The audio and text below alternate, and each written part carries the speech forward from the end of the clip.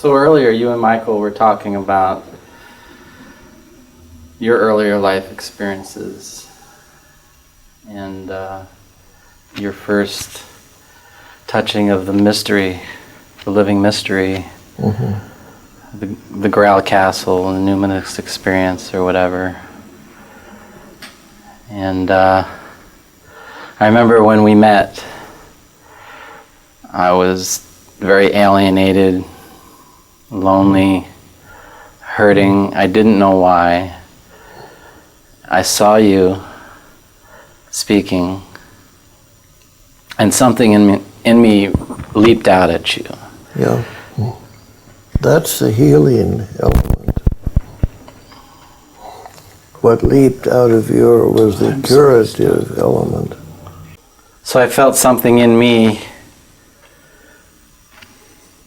and I remember you telling me that morning, or soon after, that I used the analogy, I threw a ball to you, and you accepted that you were going to carry something for me. And I sort of understood at the time what you were talking about, but obviously didn't know what it was. Nobody understands that, but it's critical or essential. And that's been your mentoring for me, and I sense what you've done in your ministry, your analytical practice, and that's true. And your Bhakta Yoga? Hatha Yoga. Hatha. Yeah.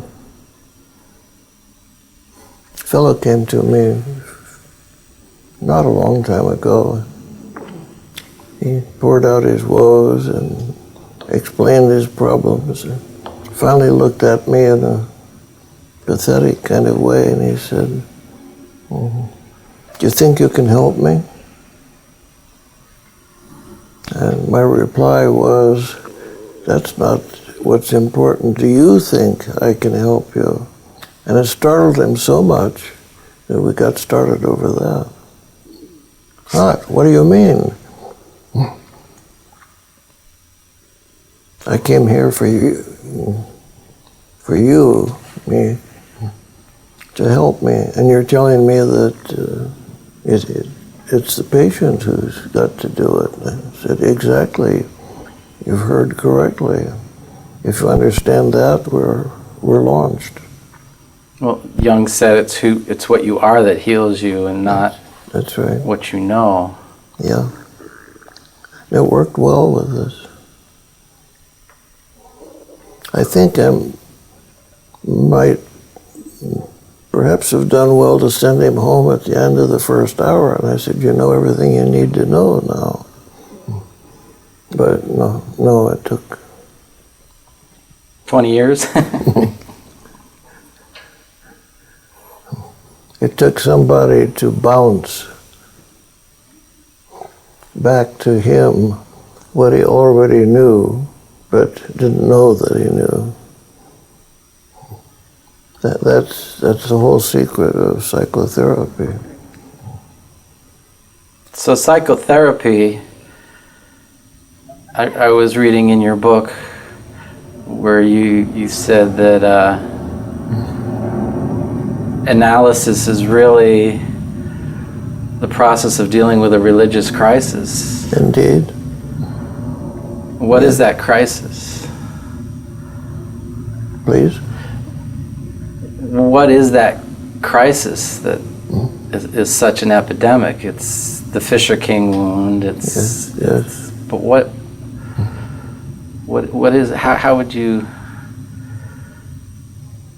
How would you describe it? Without all. It. What is? It. Yeah. What is it? What's the it that? Well, the Fisher King wound at the current discussion, which is increasing in our culture. It's almost universal in males now. there's a parallel in women, but it's distinctly different in man and woman. And the Fisher King wound comes to a crisis at an increasingly early age as our culture goes on. So just about everybody I know, all my male friends especially, can't sit still.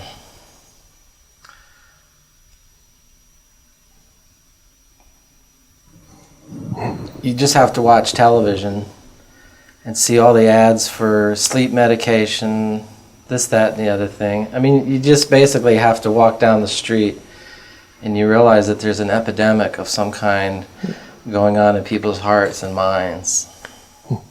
Almost everybody's lonely. Scarcely knows it, and almost nobody would admit it. But that makes it worse. So the Fisher King wound is by definition a little bit of insight into a level of consciousness higher than anybody before, or higher than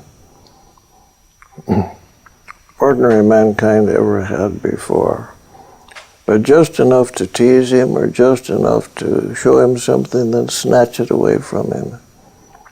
That's as near a definition of the Fisher King wound as I can come to.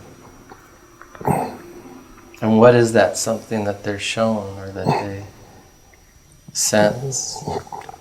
Well, myths take some wonderful liberties and shortcuts. The guy got some salmon in his mouth. Well, the salmon is one of the old symbols of Christ. So he got a little touch of vision of, one might call it Christ consciousness, and couldn't stand it. It was hot, and he dropped it.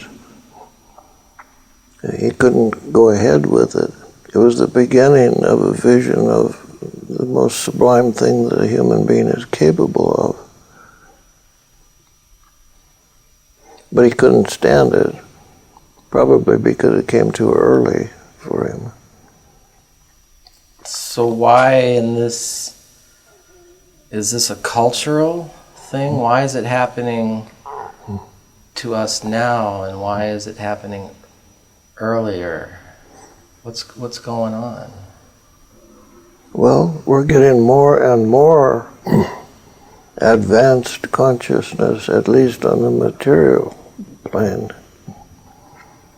And in every respect, it used to be that only a very small minority of a culture was what we would call educated. Like royalty, priests, monks. And aristocracy. And now you can't get anywhere if you don't have a college degree. And that fits the definition of a look in on a level of consciousness that very few people can stand or see through. And that precisely is the Fisher King wound. How traditionally have we been protected from that? Poverty, for one thing. That's possibly why Indians are so happy. They're uneducated. So for them, there isn't really a differentiation between Grail Castle and changing the baby's diapers. That's right, exactly.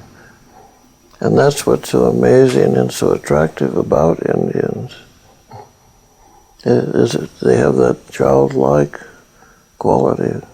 They're unwounded. I've been boring my friends recently by trying to talk about the American illness, which is a synonym for the Fisher King wound. And it's increasing. I know a Chinese fellow. He runs a little shop on University Avenue up here. He was born and grew up in China. And I don't know the circumstances of his coming here, but he runs his little shop out there. And I love just to go and be near that man. He has good English. It's easy to talk to him. So I drop by and take him some gift or another. We've made fast friends that way. I've been commenting before I put this together in my own head that I like to go there because I so much enjoy being around an unwounded person.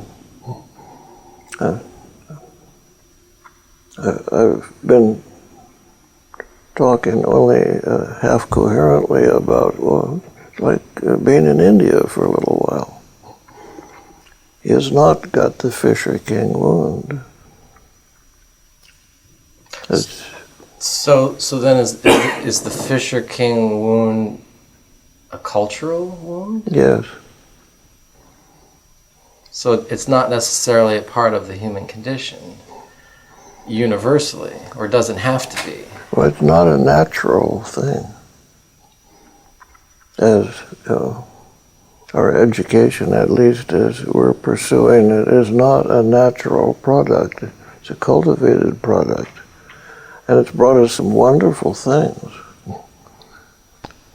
Medical world and computers and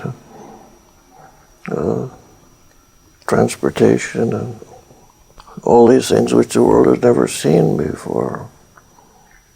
But it carries Fisher King wound along with it.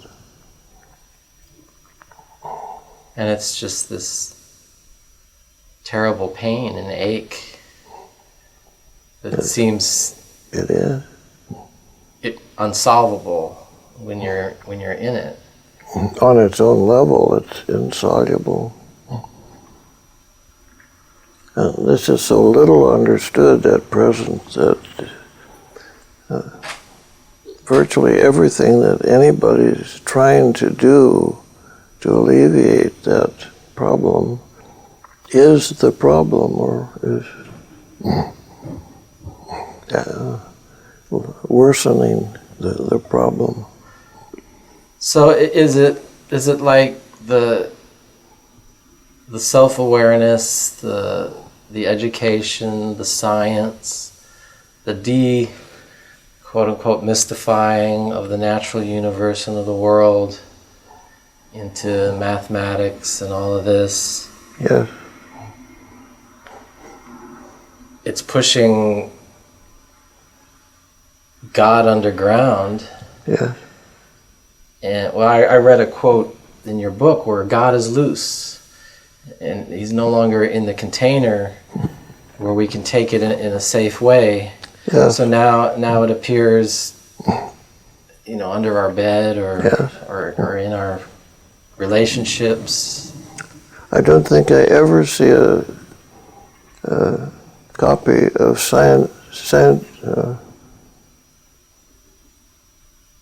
Scientific American, is popular science magazine, that doesn't have an article or a small observation somewhere in the magazine about how there are still remnants of beliefs and medieval kinds of thinking still rampant among us. What would be an example of that? Irrational thinking. And from their point of view, they have a good argument. Uneducated or uncomprehending people make a lot of trouble, that's true. But they don't have the Fisher King wound in the same sense that I'm frightened to say it, we educated people have.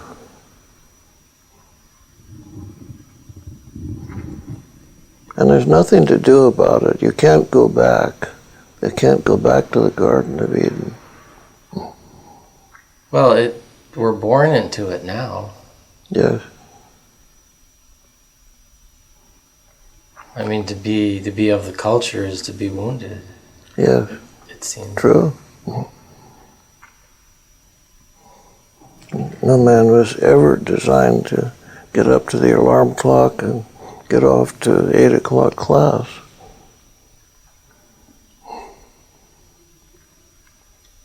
And if we obliterated that, then we'd be back to the medieval world, and that's not very attractive either.